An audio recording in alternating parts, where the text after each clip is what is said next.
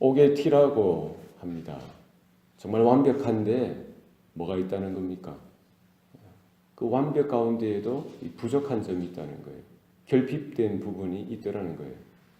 우리 사람들을 보면은요, 정말 완벽해 보이는 사람들이 있습니다. 뭐 윤리적으로, 도덕적으로, 뭐 여러 가지 능력이나 실력이나 또 사람들을 대하는 댐댐이나 다 완벽한 거예요. 거기다가 또 신앙도 좋습니다. 정말 하나님 앞에 아주 헌신된 사람이에요. 그의 평생에 보면은 너무나 잘 살았던 그런 사람이 있습니다. 그런데 그런 인생들 속에도 이렇게 들여다보니까 뭐가 있다는 겁니까? 티가 있다는 거예요. 옥의 티라는 겁니다. 모든 사람은 그렇습니다. 완벽한 것 같지만 그 한 가지 부족한 부분들이 있어요. 그게 이제 다를 뿐이죠. 어느 분야인지 다를 뿐이지 우리에게는 그런 아픔이나 부족한 부분이 있을 수 있다는 것이죠. 이 성경에 보면 여러 인물들이 나옵니다. 그 중에 히스기야, 다윗 이래로 최고의 왕이었어요. 하나님 보시기에 정직한 왕이었습니다. 이때까지 해결하지 못했던 그런 종교개혁을 단번에 이루었던 사람입니다. 모든 산당을 제거하고요. 바알의 제단을 뒤엎고 아세라 목상을 다 잘라 불태우고 그리고 바알과 아세라를 따르는 모든 선지자들 다 잡아 죽였던 자죠. 하나님 보시기에 정직히 행하고 바로 섰던 자였습니다. 다윗의 길을 따랐던 자였던 것이죠. 그리고 노후에는 그가 병에 걸려 죽게 되었을 때에도 그가 다른 데 뒤돌아보지 않고 하나님께만 기도하고 하나님 앞에 나아가서 기도 응답을 받고요. 하나님의 살아계심을 경험하고 15년이나 그 세월, 그 생명을 연장받았던 살아있는 믿음의 소유자였던 것이죠. 그런 히스기야에게도 뭐가 있더라는 거예요? 티가 있더라는 겁니다. 그런데 이것은 치명적인 그런 수치요 부끄러운 그런 모습이었습니다. 그게 뭡니까? 자기 자식이었던 거예요. 히스기야가 죽고 나서 그 아들 므낫세가 왕이 되었는데 선대왕이었던 히스기야는 남유다 역사 이래 최고의 왕이었어요. 최고의 왕이었습니다. 그런데 이게 웬일입니까? 그 아들 므낫세를 보니까 그 남유다 역사 이래 최악의 왕이었던 겁니다. 하나님 보시기에 얼마나 타락하고요. 얼마나 악을 저지르고 모든 민족 그 이스라엘이 패역하고 집단적으로 배교하는 그 길로 쫓아갔는지 모릅니다. 이게 아이러니죠. 사무엘 선지자에게도 그렇습니다. 평생을 얼마나 하나님의 능력 가운데 붙들려 쓰임받았습니까? 그죠? 최고의 선지자요. 최고의 하나님의 사람이었습니다만 그에게도 아픔이 있었던 거예요. 그게 뭡니까? 두 아들이죠. 홈니와 비느하스. 이건 어쩔 수 없는 거예요. 그죠? 그래서 우리가 여기에서 우리가 배워야 될 게 뭡니까? 가정교육이 중요하다는 겁니다. 가르칠 때 가르쳐야 되는 거예요. 아무리 바쁘고 아무리 힘들고 어렵더라도 하나님 앞에서 부모로서의 그 사명, 부모로서의 부르심을 우리가 소홀히 해서는 안 된다는 겁니다. 최선의 삶을 살고 내 신앙도 중요하고 내 믿음도 중요하지만 교회를 위하고 나라를 위하고 민족을 위하고 세상을 위하는 그 사역도 중요하지만 우리는 우리에게 맡겨주신 가정을 돌보고요. 자녀들을 하나님 앞에 바로 인도하는 그런 사명이 책임감이 있다는 사실을 기억해야 할 것입니다. 므낫세가 어떤 악을 저질렀습니까? 자기 아버지 히스기야가 다 제거했던 이 바알의 제단을 다시 쌓는 거예요. 산당들을 다시 짓는 겁니다. 목상, 아세라 목상들을 다시 세우는 거예요. 그리고 1월 성신에 향해서 드렸던 모든 제단들도 쌓습니다. 그 성전에 분명히 하나님 여호와에게만 드려야 될 그 제단 옆에다가 1월 성신의 제단도 쌓고요. 아세라 목상도 쌓고요. 그래서 이스라엘 민족들이 와서 뭘 하라는 거예요? 원하면 여호와께도 제사를 드리고 원하면 아세라 그 이방 신에게도 제사를 드리도록 하고요. 해를 섬기고 달을 섬기고 별들을 섬기고 타락도 이런 타락이 없습니다. 은혜 받은 사람이 타락하면 더 무섭다는 거예요. 하나님의 말씀을 받은 자가 타락하면 더 무섭다는 거예요. 뭐 불신자나 이방 사람들은요, 원래 타락하였지 않습니까? 원래 그런 존재였던 거예요.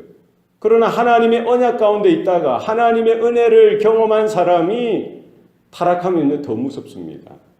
역사의 일을 보십시오. 김일성을 보세요. 김일성. 어머니가 권사예요. 권사. 할아버지도 신앙인이었어요. 뼈대 있는 신앙의 가문이었는데 꺼려서 주일학교도 다 다녔습니다. 중학교까지. 신앙이 있었던 사람입니다. 성경을 알았던 사람이에요. 하나님의 은혜를 경험한 사람입니다. 그런데 은혜에서 떠나가고 언약에서 떠나가고 하나님께로부터 떠나가니까 더 타락하는 거예요. 뭐 스탈린도 마찬가지죠. 히틀러는 안 그렇겠습니까? 여러분이 아는 그런 역사 이래 최고의 그런 악인들, 악한 지도자들 다 이름을 대보세요. 다 하나님의 은혜를 경험했다가 그 교회 안에 있었다가 이렇게 벗어난 자들. 그렇습니다. 우리의 자녀들도 그렇습니다. 우리 주변에 있는 분들 한번 보십시오. 그렇습니다. 목사의 자녀, 할아버지가 장로인 가정, 어머니가 권사래요. 이런 아이들이 신앙에서 벗어나면은 지식은 많죠. 아는 것은 있죠. 더 기독교를 비판하고 예수 믿는 사람을 더 비아냥거리고요. 더 악한 길로 가는 경우가 있더라는 거예요. 오늘 본문의 므낫세가 그렇습니다. 지식이 너무 많은 거예요. 지식이 너무 많은 거예요. 더 악한 길로. 오늘 본문에 보니까 거듭해서 이야기하잖아요. 하나님께서 가나안 땅에서 제거하셨던 그 이방인들보다 더 악한 일들을 했다는 거예요. 6절 보시기 바랍니다. 6절. 여호와께서 보시기 악을 많이 행하여 그 진노를 일으켰다. 9절 보십시오. 이 백성이 듣지 아니하였고 므낫세의 꾀임을 받고 악을 행한 것이 여호와께서 이스라엘 자손 앞에서 멸하신 여러 민족보다 더 심하였도다. 뭐보다 심했다는 거예요? 여러 민족, 그 가나안 땅에 있는 모든 이방 족속들보다 더 여러 가지 다양한 악을, 폐역을 더 저질렀다는 거예요. 이 아이러니죠. 그죠? 11절 보십시오. 11절. 유다왕 므낫세가 이 가증한 일과 악을 행함이 그 전에 있던 아모리 사람들의 행위보다 더욱 심하였고 또 그들의 우상으로 유다를 범죄하게 하였도다. 일치월장인 거예요. 일치월장. 아모리 사람들보다, 이 가나안의 7 족속보다, 암몬 족속보다, 그 어떤 족속보다 더 심하게 악을 저지르고요. 남유다를 우상으로 물들이고 폐역으로 물들이고 집단적인 배도로 물들이는데 앞장섰던 자가 바로 므낫세예요. 누구에게 견주입니까? 북이스라엘 아합 왕에게 견주어 하나님이 비교하시잖아요. 아합처럼, 아합 왕처럼 아합의 뒤를 따라서 그 폐악한 일을 행하였다라고 므낫세의 그런 모습을, 삶을, 행위를 하나님께서 낱낱이 지적하고 계시고 있는 것이죠. 여러분, 우리가 하나님의 은혜를 받을 때 겸손하게 늘 하나님 앞에 서 있기를 소원합니다. 성도가 죄를 짓고 타락하면요, 더 냄새나고 더 볼성 싸납고 더 지독해지는 거예요. 더 강팍해지는 겁니다. 더 완악해지는 거예요. 더 악해지는 거예요. 그게 죄의 모습이라는 겁니다. 우리가 서 있을 때 넘어질까 조심해야 되고요. 하나님의 은혜 가운데 있을 때 늘 언제나 그 은혜의 자리를 사모해야 됩니다. 내가 이렇게 은혜 생활하는 것, 신앙 생활하는 것 당연하다라고 생각하시면 안 되고요. 늘 하나님의 은혜 가운데 벗어나지 않도록 우리는 우리 자신을 돌아보고 우리의 자녀들을 돌아보고 가정을 돌아보고 교회를 돌아보는 그런 지혜와 믿음이 저와 여러분 가운데 있기를 소원합니다. 그럼에도 불구하고 그런 이스라엘 그 남유다 예루살렘 하나님이 잊어버릴 수 없죠. 그냥 던져버릴 수가 없는 거예요. 오랫동안 인내하시고 참으시는 겁니다. 바로 심판하시면 되는데 참으시는 거예요. 므낫세가 몇 년간 통치합니까? 55년을 통치해요. 그 긴 세월을 하나님은 참아주시는 거예요. 하나님께서 선인의 해를 길게 하시고요. 때로는 악인의 해도 길게 하시는 겁니다. 왜 그렇습니까? 하나님이 몰라서 그냥 침묵하시는 겁니까? 참아주시는 거예요. 그 아버지의 믿음과 그 아버지와 약속하셨던 그 언약, 다윗에게 약속하셨던 그 언약, 아브라함에게 약속하셨던 그 언약을 아시기 때문에 참으시는 거예요. 기다리시는 거예요. 뭐 하라고요? 그런 상황 속에서 다시 한번 깨닫고 돌이키고 회개하고 회복되어지도록 하나님은 기다리시는 겁니다. 그 시대 때에도 하나님은 하나님의 선지자들을 보내시고요. 또 안 되니까 어떻게 합니까?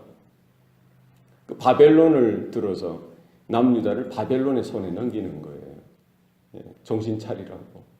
그 이방 족속들을 인생의 채찍과 해처리로서 그 전에 북쪽 이스라엘을 쳤듯이 이번에는 남쪽 유다도 하나님께서 치시겠다는 겁니다. 그것은 뭡니까? 정신 차리라는 거예요. 아파하면서도 다시 돌이켜서 하나님께 돌아오라는 겁니다.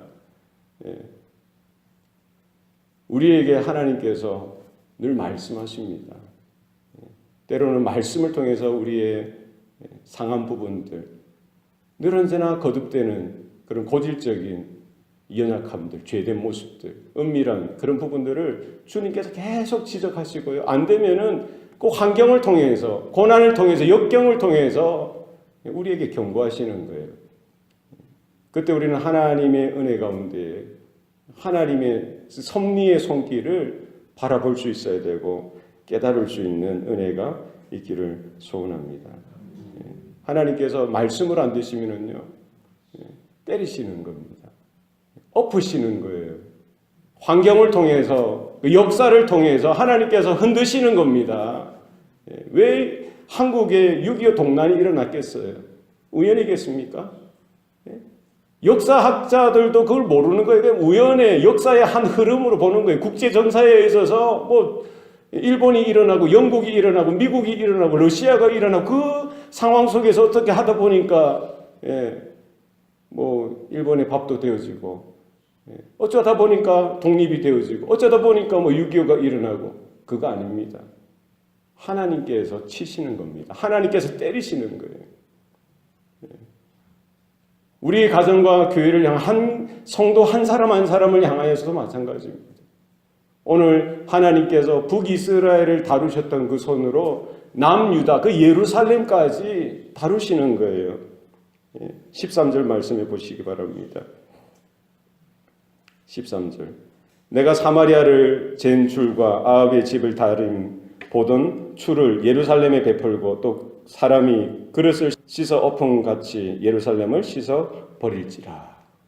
하나님께서 행하시는 거죠. 우연하게 뭐 바벨론이 커졌기 때문에 그 남유다를 공격하고 먹은 것이 아니라 그 뭐라는 거예요? 하나님께서 북이스라엘도 저울에 추를 재듯이 그들의 의로움과 악함을 다 재어보는 거예요. 하나님께서 결국 아수르에게 패망하도록 하셨던 것처럼 남유다 그 예루살렘도 결국 바벨론으로 하여금 하나님께서 그를 치신다는 거예요. 사람이 그릇을 씻어 엎은 같이 내가 예루살렘도 씻어서 엎어버리겠다는 거예요. 그들의 패역과 그들의 불의와 행악과 우상 숭배와 모든 악함을 주님께서 보시고 그게 다 가득 찼다는 겁니다. 더 이상 보고 그 냄새나는 그것을 견딜 수가 없다는 거예요. 그럼 어떻게 그릇을 씻어 엎어야죠. 그것은 예루살렘을 씻어서 엎으시겠다라고 말씀하고 있는 것이죠. 그 한 사람 므낫세의 그 패역으로 인하여 온 민족이 온 유다 땅이 예루살렘 저 땅끝에서 저 땅끝까지 불의한 피를 흘린 모습들이 가득했다라는 거예요. 하나님을 대해서도 마찬가지고요.